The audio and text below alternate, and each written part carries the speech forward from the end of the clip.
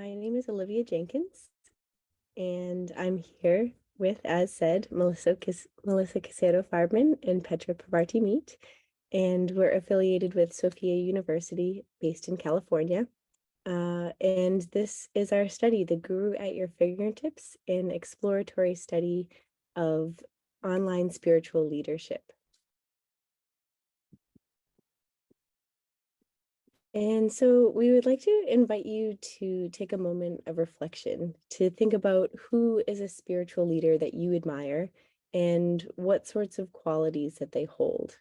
So you can choose to close your eyes if you'd like, or just think about it in a sense that maybe they're really confident or they speak very calmly. Think about the ways that they engage with you when you look at their content.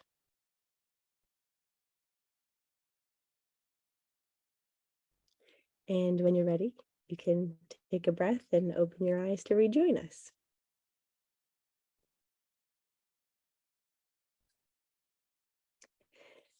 So our study explores the rapidly evolving culture of a new generation of self-identified online spiritual leaders who use social media to connect with their followers and share content and all sorts of services that they offer with this growing community of spiritual seekers.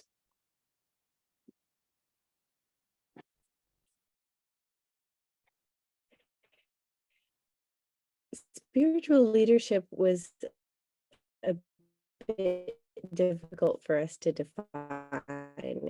And I think why we were so interested, it's something that's somewhat new, somewhat growing, especially on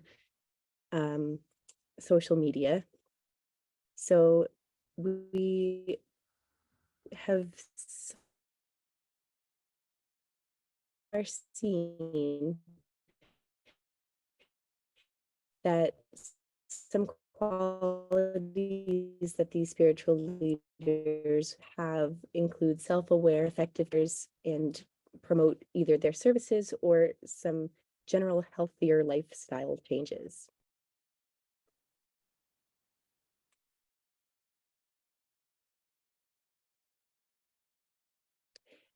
Our focal research questions included: what is the digital presentation, content, and engagement style of the self-proclaimed spiritual leaders or influencers?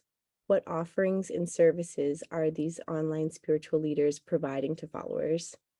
What qualifications do online spiritual leaders have that gives them credentials to guide others on their spiritual quest? And what are the potential benefits and dangers that are associated with the participation in the online communities centered around these spiritual leaders or using their services? And for methods, we used ethnography, otherwise known as digital ethnography, to draw from content in 15 profiles across three different social media platforms: YouTube, Instagram, and TikTok. So each of these explicitly writing on their profiles that they are a spiritual leader, coach, teacher, influencer, mentor, guide, or guru.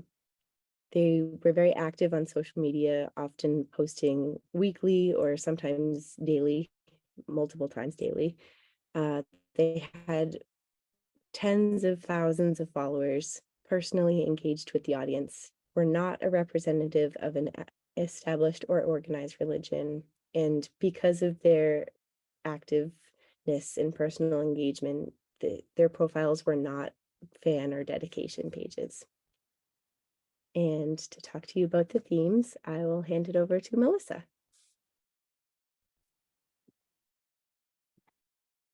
Thank you, Olivia. So we discovered 5 interesting themes when we looked at all the profiles. So first, we saw that there was a specific aesthetic that these spiritual leaders had, and we found a minimalistic or spiritual aesthetic. And this was a type of aesthetic that maybe there was more neutral colors. They were all in white. It was kind of clean. Then we had captivating, which had bold colors and bold backgrounds, maybe psychedelic backgrounds. Then we had casual and natural settings, which that was more of people, what we found interesting, people in their cars, maybe driving to pick something up, and they wanted to talk to their followers real quick, or they were under a tree, or they were just in their living room in sweatpants and yoga outfits. So it was just kind of like your everyday person next door. Then we found themes in content. So these spiritual leaders, they expressed topics like mental health guidance, self-help. They did a lot of self-disclosure, talking about their own experiences, crying, having vulnerable emotions showing.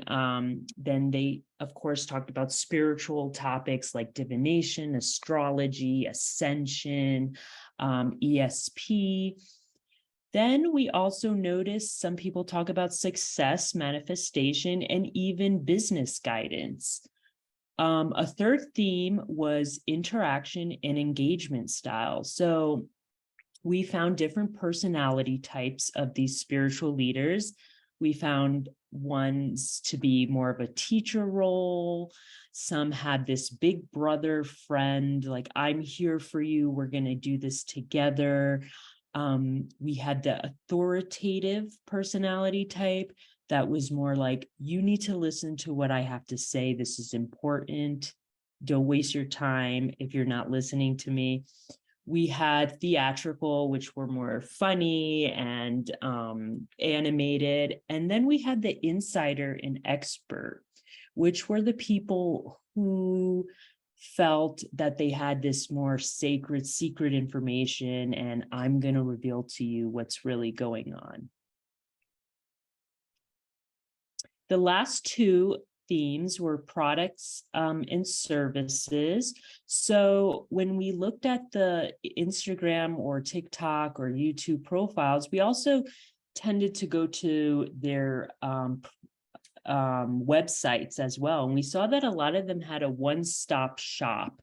Not only did they share certain services such as coaching and healing or mentoring, they also had products. Some of them had meditation CDs or candles or jewelry that they made. And we noticed that some of the products ranged from price. Some healing services were very expensive. Some ranged up to close to $1,000. And some products were maybe $25. So it was different, and there you could tell that they were focusing on different populations as well. And when we looked at the qualifications, we saw that these spiritual leaders came from different backgrounds. A few were mental health coaches or trained in mental health. Some had personal traumatic or spiritual awakening experiences. Some were healers or had psychic abilities. Then we had those who came from lineages of healers. And then we had students of renowned spiritual leaders or gurus. However, overall, it definitely came to our attention that a lot of the profiles that we looked at, they didn't really discuss their qualifications. So, like, for example, the ones that were talking about mental health healing, we couldn't find what their background was in these types of services or what qualifications that they would hold. But however, overall, it was hard to say that a spiritual leader should have a qualification. So we saw some observed benefits and dangers. So I will share a bit of the benefits, excuse me.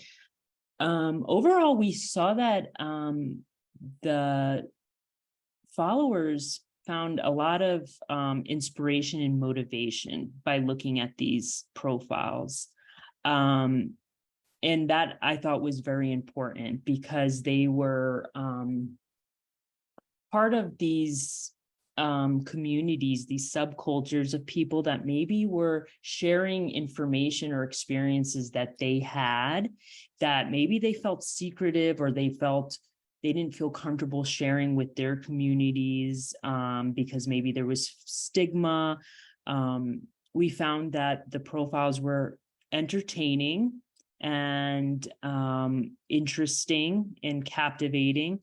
They shared a lot of information and knowledge. It wasn't just spiritual information now that you get from sacred groups or rites of passages. People now are open to these spiritual informations and sharing it broadly. We found some of the profiles to be relaxing, and they normalized other people's experiences, which was highly important. And we saw a beautiful group of support in advocating certain mental health issues or spiritual issues.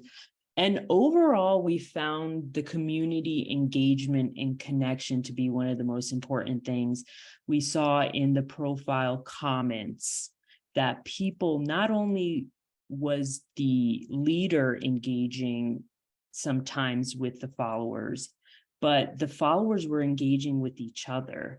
If there was a follower who was having a mental health crisis, or maybe they were having a spiritual experience and they didn't understand what was going on, you saw some of the other followers helping them out or trying to support them. So overall, we saw a lot of beautiful perceived benefits. And next, Petra will talk about the dangers. Thank you so much, Melissa and Olivia.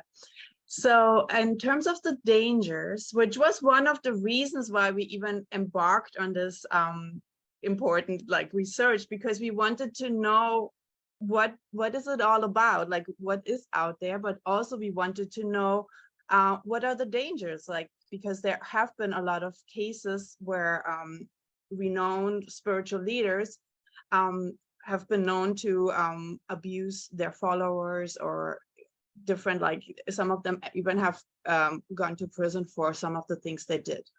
So one of the first things that we found in terms of perceived dangers, and perceived dangers because we only could rely on the comments of the followers that we were looking at, the comments in the profiles of the different spiritual leaders.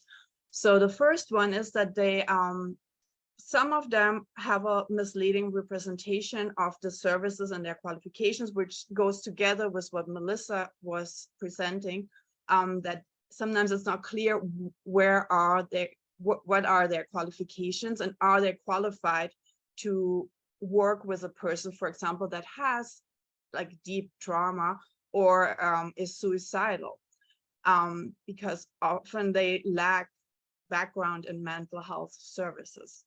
So that was the first concern. The second one is also that because there is so much information out there, and it is often mixed, which sometimes it is important to bring it to a bigger audience, but then often there is not necessarily an adequate reference to the sources of that information, and it's just stated as is, and sometimes in not the correct context, or not explained thoroughly. So that's another really important danger, because if a practice is presented, even if it's a meditation, if it's not presented within the context of where it was intended, it can be harmful to, even with the best intentions. So, and the other part of this not showing the sources is that there's often to a certain degree a cultural appropriation of certain practices and information by not referring appropriately to where they come from, which often is from different wisdom traditions. And the younger generation, which are often the followers of these different spiritual leaders, they don't know that it's not the person that presents the information that has invented it, that it's actually coming from a much older tradition, and that it's presented in a very different context. Another danger that has been reported on by different followers, but also in different other YouTube videos, and like different other people were reporting on this, that there is a tendency to blame the victim, meaning there is something called like toxic positivity in some of the spiritual contexts that are presented online, meaning that when a person is not positive, or you just need to be positive to overcome whatever you're facing, which there's a small part of truth in it, because our intention, our focus is very important for our mental health. However, if that then means if a person is going through something very difficult, like a deep loss or a deep depression, and if they are not able to be positive in a situation like that, then it's their own fault. That is not correct, and it leads to further victimizing the person that actually needs help in that moment. Sorry, and then just to let you know that you have more or less 2 minutes left. Okay, thank you so much. So I just mentioned the other two quickly and move on to close. So the other two are basically that the engagement with the internet to that degree also leads to, in a lot of followers, to a low self-esteem. And there's also this tendency to spiritual consumerism, which is just consuming more and more information, more and more products to be spiritual, while not actually connecting to something beyond themselves. And then our last slide is that, resuming what we found, is like that we found that in those online spiritual communities, there is a new phase of spirituality presented that is really exciting in many ways, and it's rapidly evolving, it's creative, it's diverse, and it is very entertaining. If you have looked at them, it's presented in a very entertaining way. We hope to bring to the audience that, you know, the consciousness of this community that's developing and that's influencing our youth and a lot of us too, and just bring it into open conversation. And we hope to inspire more multidisciplinary research about this topic, and also with the purpose of creating ethical guidelines and maybe support groups or support networks that can help to foster in these new spiritual leaders more abilities that will help them to guide appropriately and with ethical conduct, like, for example, developing intellectual humility. And then here's some of our sources. And yeah, thank you so much. And we're looking forward to the conversation.